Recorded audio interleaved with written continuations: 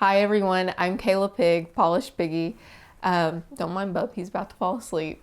But I just wanted to make this video because I have lupus. It's an autoimmune disease and it's always really difficult going through something like that because you feel like there is nobody in the entire world that is going through the same thing as you and nobody that can relate to what you're going through. And I'm making this video to basically tell you that you are not alone and there is somebody that you can relate to, and I will always be here and you can ask me any questions about what I've gone through, what you're going through, at any point in time. So I also wanted to tell you my diagnosis story today too. I know I've gotten some questions about it in the past and I have a pretty unique story. So maybe let's dive right into that.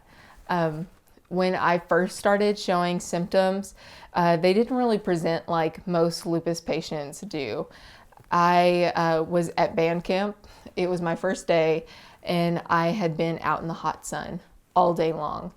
And I didn't really know that anything was wrong until lunchtime. I ate and I started to feel incredibly ill. And I'd never felt that sick before after eating. And so I went back to camp and I tried to go on and I just couldn't. I had to sit out for the rest of the day. I was incredibly tired. I felt like I was going to puke my guts out, but nobody else thought anything was wrong with me. We went to the doctor. The doctor couldn't find anything wrong. My sister actually has celiac disease, another autoimmune disease, so we assumed for a while that that was what I had. And it turned out that I am celiac now, but didn't think I was for years. But then after this whole, well, what do I have? We don't know what I have. So many like unanswered questions. My lupus wasn't really traditional. I mean, they always call it the great pretender because it never really presents in one solid way. I went through a lot of bullying in school because kids that I was in school with didn't think that I was actually sick. They thought that I was pretending to get attention. And it wasn't even just the other kids I was in school with. It was also teachers and just everyone around me. Either they didn't believe me, they thought that I was faking to get out of class or whatever test that we had that day, when genuinely I could not even eat a meal without being in so much pain that I didn't even think I ever had a chance of getting better. Until one day we finally went in for this test for my gallbladder. So we found out that my gallbladder wasn't functioning. And then we decided to get it taken out. And the surgeon actually told me it was one of the worst ones he had ever seen in his entire life. It was black and beaten and bruised. Later we would find out that my lupus had probably actually destroyed my gallbladder. Once I had the surgery and we'd gotten home and I started going through the recovery process, I started having a really tough time recovering. It hurt. And then I couldn't really eat again. I couldn't eat a lot. And when I was eating, I was having those typical problems most people have after their gallbladder surgeries, like the dumping syndrome. So it was almost like I was having the problems I had pre-surgery plus a few more. But doctors kept reassuring me that those should go away.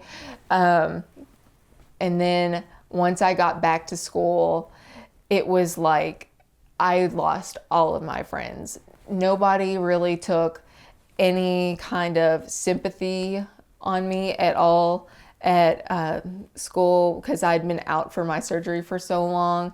Not that I wanted anybody's pity, but it was just odd to be 15 years old and to be struggling on a day-to-day basis with something like that, and for your friends to kind of abandon you, and for the teachers to abandon you too. A lot of the teachers thought that I was just trying to get out of doing the work when I would need to go home because I was so sick. And my friends they just didn't get it. And then after the gallbladder got taken out, and I started recovering, I finally started to think that things were getting a little bit better. After like a year had passed, I had started feeling like I was on cloud nine. I could finally go have some Mexican food and not get really sick afterwards. And then when I was probably like 16 and a half or 17, I started to get really sick again. And this was probably about the time that my family and I went on vacation to Florida. And I would go outside for probably a half an hour every day and have to come back inside to take a 5-hour nap. And I also specifically remember from that vacation that I was so fatigued that I could not stand up in the shower to wash my hair, that I had to sit down because I couldn't support myself to wash my hair. I was so tired. I just could not physically do it. And then once we got home, we went through more testing and more blood testing as well as regular tests. And then somebody finally told me that I had lupus after a rash appeared on my hands and I got an allergic reaction of hives all over my body. Somebody finally looked at me and said, "Hey, that looks like a lupus rash." It was, that was the best moment of my life. Somebody being like, "Hey, we have a solution for your problem." And then it was like great relief all over. And then after the relief washed away, it was like shock and total like darkness washed over me, because the internet and all of these places were telling me all of these bad things that my life was going to include from here on out. Like, oh, you're going to have arthritis. And most people, once they hit 25, you got to start worrying about your kidneys.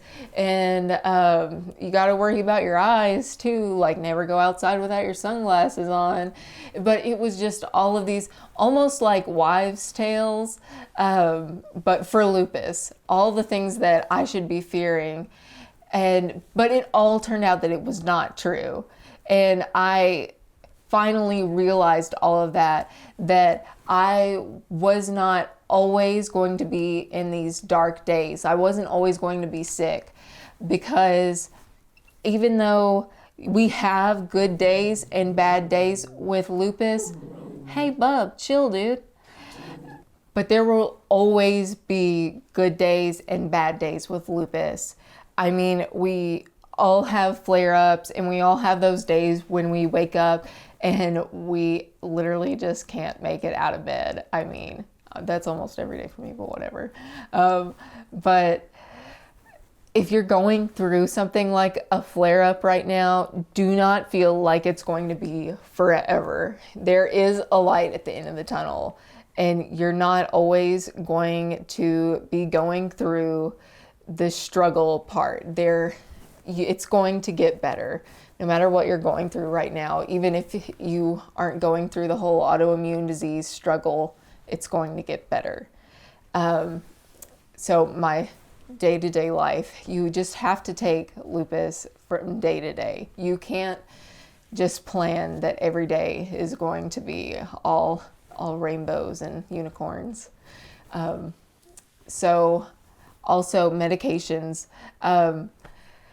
I'm on a lot of those. I've been on so many over the years. But if you have any questions about the medications that I'm on, please feel free to ask me. I will message you about that. And if you have any questions about what has worked for me, and what might work for you, I'm not a doctor, but I can let you know what's worked for me and what hasn't, and multivitamins and all that good stuff too. Probiotics, I got you, babe. Also, we are going to be making future videos like this too, all about like my lupus recommendations. I've had it for a while, so I've got a lot of tricks up my sleeve regarding all of my lupus products. But yes, just know that none of you are alone, and feel free to reach out to me at any time. Thank you so much for tuning in. Bye.